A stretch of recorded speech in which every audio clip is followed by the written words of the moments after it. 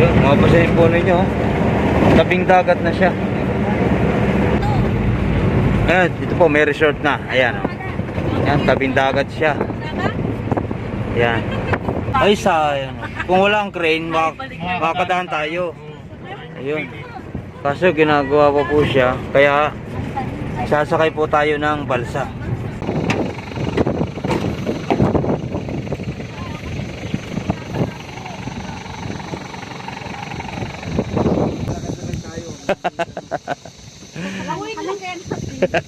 Ay. Yan. Mal. Mal. Parang bigat pa yata. Gawin kaya ta kanina. Ang dami ko nga palang nakain na alimango. Sa balsa ang sakay. At improvise lang po kasi itong ating ginagawang sakay. Yung ginawang sakayan nila. Yan o.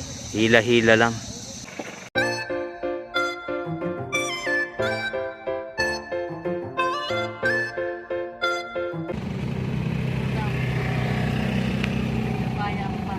Ano, babado mo na? Babado kong tao. Ah, sige. Tapos sa tao ay sasakay ulit. Ha? Kala ko 150 lang.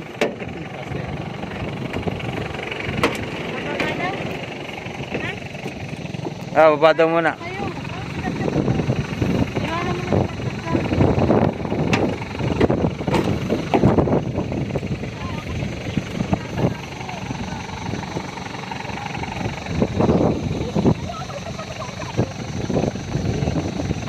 Baba muna ang aking mga kapatid. Hi. Sabi ni Christopher sa akin, kung kuhain mo anak mo.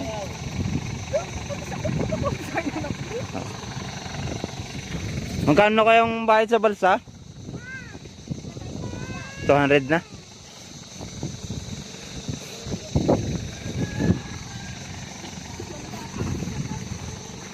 Kayo yan oh. Sasakay muna mga tao. Hindi, sasabihin na yun. Oo. Wait lang yan.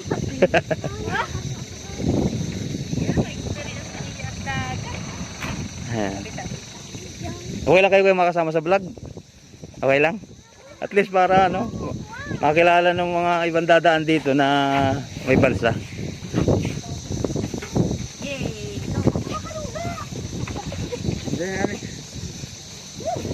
Yan, tayo po yan dito sa balsa. Yan.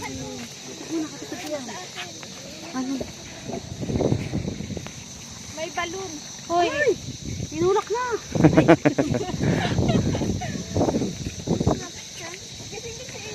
Yan. Hoy, palaan tayong dalawa.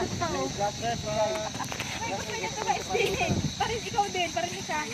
Ano na madadaan? Wala na sa amin ko yun. Oh, mahulog ka naman dyan. Ayos lang. Hoy, kaway, kaway. Yan. Mal. Mal.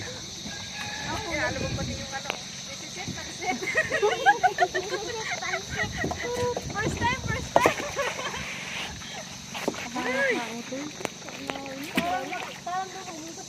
Parang bigat pa yata. Gawin kaya ta kanina. Ang dami ko nga palang nakain na alimango. Alimango, hindi ka naman alimango kinain. Ano ba yun? Yan. Para makarating po tayo dun sa kabilang pangpang. Kinakailangan hatakin yung lubid. Ayan. Ayan po. Kung sa susunod na lang po nating isasakay yung, yung van. Kung mapasan nyo po, ayun po yung dagat. Ayan. Tayo po ay tumatawid ay dito sa ilog. Ayan. Ayan. Ito po yung balsa ating sinasakyan. Ayan.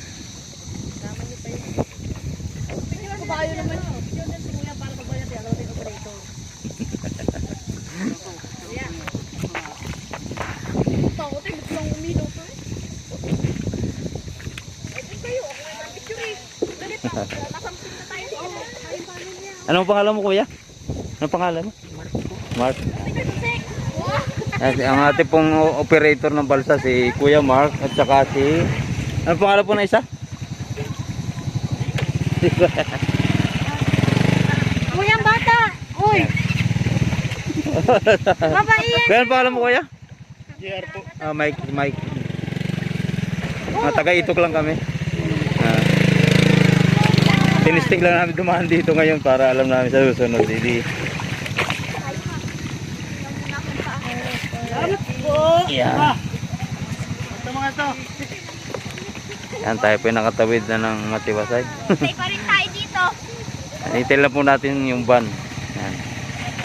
Salamat po sa Diyos. Yan. Para makatawid po doon sa kabila, ay kailangan isakay din muna itong mga motor na nandito. Hindi. Ay, bumaba! Kalang bumaba. Sa likod. Ano? Max, sa likod. Oo, mabuti kasi Max, experience ako lang. Experience ka din naman, ha? Kala ko ito yan.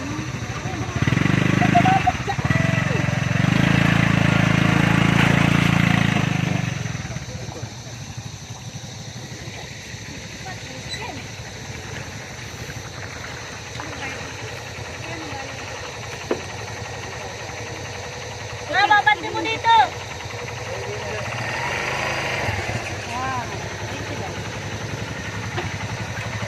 Yan. Dito po sa balsa ay nagkakaari ng sumakay ang ano, kahit anong uri ng light vehicle. Yan. Motor, tricycle, yan, kotse, van, pwede na po dito. Yan.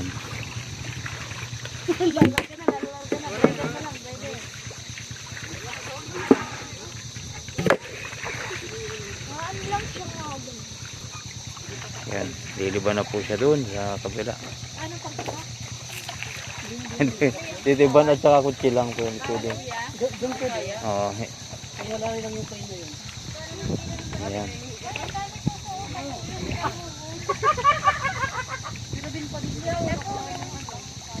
Baka wala naman yan. Ay, sa ano yan? Umang yan. Asaan? Baka yung laman natin, ano? Kaya po niya. Ang sakasakay po ngayon ay tatlong motor at dalawang tricycle. Ayan. Yung pong pinakabalsa ay may tubig na. Ayun. Ayan, medyo mabigat po yung sakay ng balsa.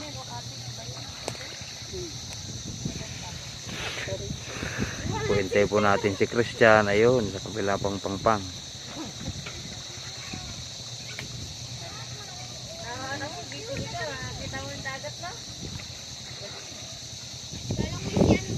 Ayos na ayos ang vlog natin ngayon, ah. 3 by trail. Anak-anak na challenge. Oh, challenge. Bak, ang dami sa kaya, no? Oh, dami. Slipper mo na iwan. Opo.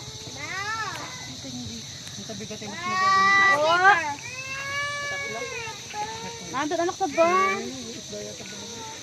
Buhatan kita anak. Hi, Princess. Nakotsa kayo sa balsa si Princess.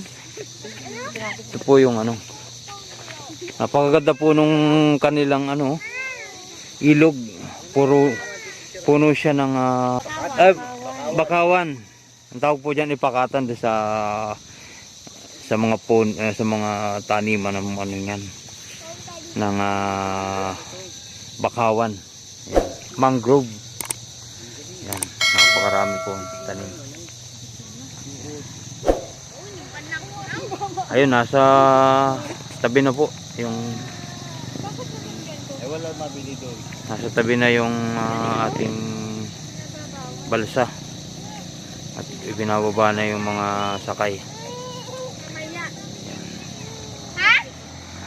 Si Christian na po ang floating cottage yun. susunod. Ano? Alin? Nakaano sa drum eh. Bista dyan. Kailangan gaganin yung ano. Pag na-ice na yun, pwede na. Yung pala. Yung mabigat tsaka yung pinakaulit. Yung mababra yung mabigat din yun. Yung ban na. Yan na, si Kuya Christian na. Tingnan natin, Christian, tingnan natin. Ay, makakaano ito sa ganun? Floating line. Pansit.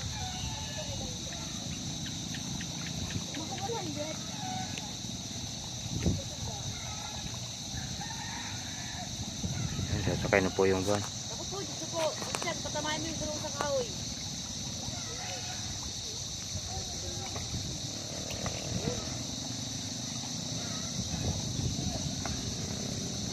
Medyo na pag ganitong ano, sa balsaan sakay at improvise lang po kasi itong ating ginagawang sakay, yung ginawang sakayan nila.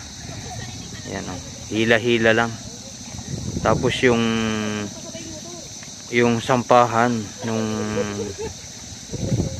pag nagsasakay ay buhangin lang. Nilalagyan lang po nila ng kahoy para makasampa ang gulong. Yan. Kasi, ano yung ang ginagamit ng mga tao, ano eh, versa. Yan. Hindi, oo nga, kasi, ibig sabihin ay lakas nila ang mga ano. Parang kung tinatang ko kayo. Wow. Social ni Tatang nakasakay sa ano? Social na aking van nakasakay sa balsa. Yan. Kala ko tao lang. Pwede ka na sasakyan.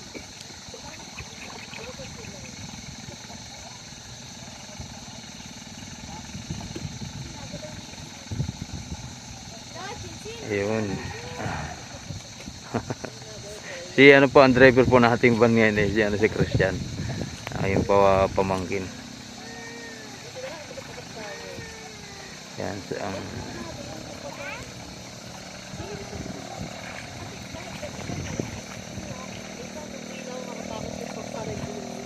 ang time check po natin 6:16 ng hapon.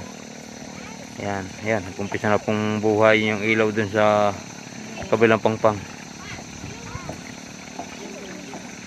Yan, medyo madilim na po, lumidilim na. Ano, paggabi na.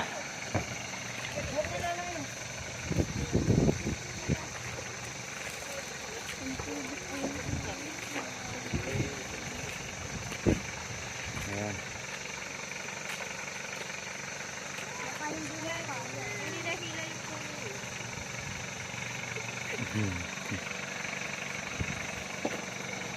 Ay, ito po nakakapagtaka. Yung sasakyan po lupang sa tubig.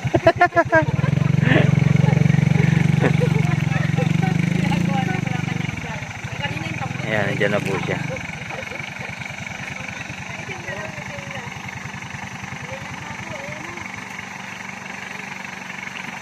Ayan. Tabi. Tabi. Nakita ka na si Tatang.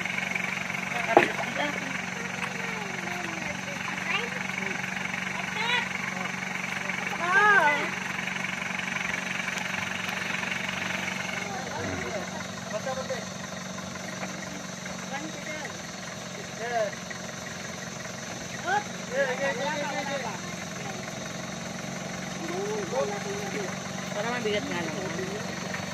Kailangan pong lagyan ng kahoy. Sabi dyan, sabi dyan.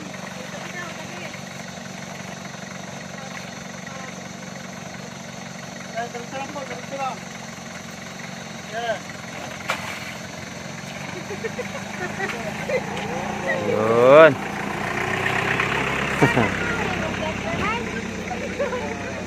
Habi mo. Kagaling.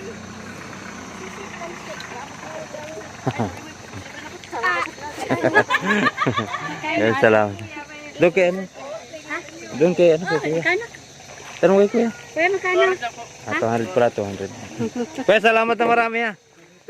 Salamat. Ito ano, makapanood din naman ng ibang mga dito na pwedeng dumaan. Yan, salamat. Salamat po. Kaya pag mapapanood nyo yung sa vlog kuya, Mike Ulin vlog, kung sakaling mapapanood niya. Ano?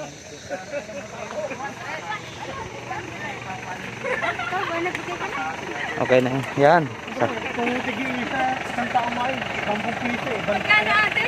200. Sabi pa rin isa, 50 pesos. Ang mura naman. Sakay na po tayo. Yan, sakay na uli.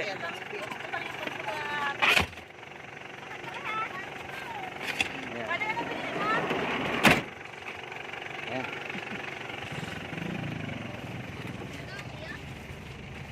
Yan, sakay na uli.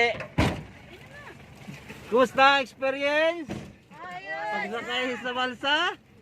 Masarap. Nakakanilang yung van. Baka mapasama dito sa kahoy. Tayo po ay tuloy na. Salamat po sa Diyos at ligtas na nakatawid. Sisend ko po yun.